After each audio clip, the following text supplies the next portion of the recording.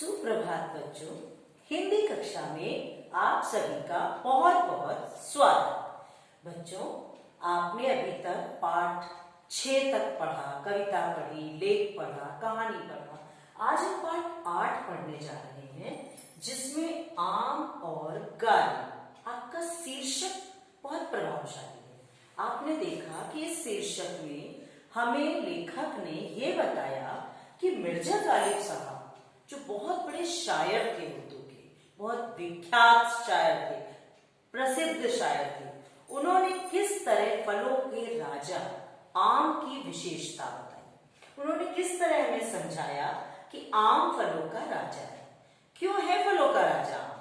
केला भी हो सकता है, सेब भी हो सकता है, और भी बहुत सारे, संतरा भी हो सकता है, अमरूद भी हो सकता है। क्यों नहीं उनको ये और फल प्रभावित कर पाए? इसलिए कि गर्मी की ऋतु में जब हम नीरसता का अनुभव करते हैं ना, तो ये जो आम है ये हमें सरसता प्रदान करता है। आम का रस हमारे जीवन में एक उत्साह भर देता है।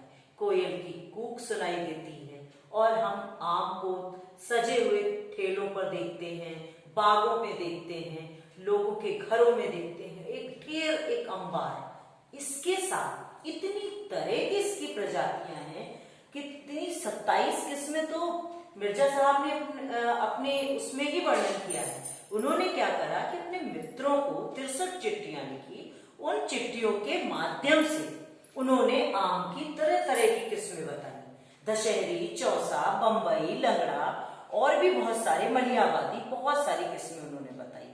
हमने उनको उस पाठ में देखा कि किस तरह लेखक ने हमें आमों के पूरा परिचय ही दे डाला। सिर्फ जो आम को पसंद करते थे गालिब साहब, उसके अलावा उनकी याद में आज भी, आप ये सोचिए कि गालिब साहब की याद में आज भी हजरत निजामुद्दीन में जो बस्ती है दिल्ली में, उनकी मजार पर आज भी आमों की दावत का आयोजन किया जाता है। लोग बड़े शौक से आम खाने आते हैं। उस आयोजन का फायदा भी होता है और उस आयोजन में मुशायरा होता है। एक अलग ही माहौल, एक खुशी का माहौल होता है। तो देखिए बच्चों, सिर्फ आमों की विशेषता हमारे मिर्जा गालिब साहब ने ही नहीं करी। आमों की विशेषता तो जो विदेशी इतिहासकार हैं, वेंसांग हुए, फायान, वेंसांग जैसे विदेशी इतिहासकारों ने भी आम का बहुत अच्छा वर्णन किया है।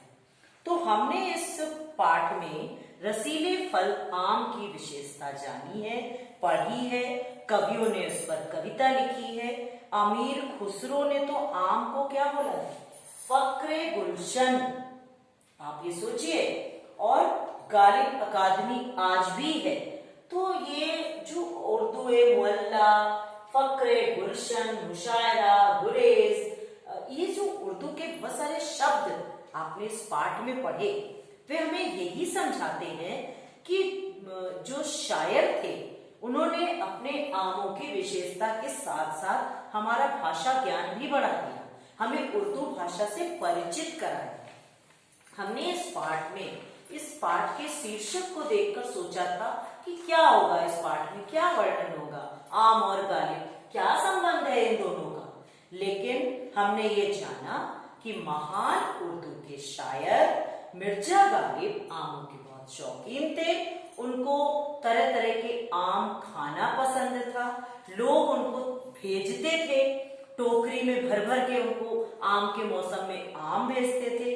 इसके अलावा इस पाठ में आपने एक चीज और सीखी कि जो गालिब साहब थे, उनके उस आम प्रेम का वर्णन उन चिट्ठियों में उन्होंने अपने मित्रों को किया, जो उन्होंने अपने मित्रों को लिखते समय ये सोच कर किया कि कौन से आम की क्या विशेषता है। आप ये सोचिए कि आमों की इतनी सारी विशेषता उन्होंने बखूबी हमें बताई। तो गालिब साहब का ये पाठ हमें ये परिचित कराता है फलों के राजा आम से, उसके सुगंध से, उसके सरीले रस से, उसको सेवन करके जो खुशी होती है, उन्होंने ये भी बताया कि पहले के समय में लोग कोई आधा किलो 1 किलो आम नहीं खरीदता था, बाल्टी में ठंडे पानी में आम भिगाए जाते थे और बाल्टियों टोकरियों आम लोग बैठकर खा जाते थे, चूस कर भी खाते थे, काट कर भी खाते थे।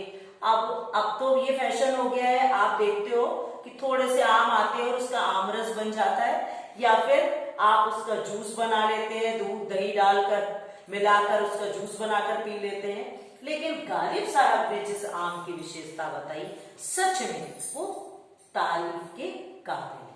तो बच्चों, आपने इस पाठ के माध्यम से फलों के राजा आम को बहुत अच्छे से पढ़ा और समझा, उसकी किस्मों के बारे में जाना, गालिब साहब के प्रेम के बारे में जाना कि वो इस फल से क्यों इतना प्रेम करते थे, और आज भी जो साहित्य अकादमी उनकी याद में है, जो निजामुद्दीन हजरत निजामुद्दीन बस्ती में जो दावत की जाती है, वो गालिब साहब की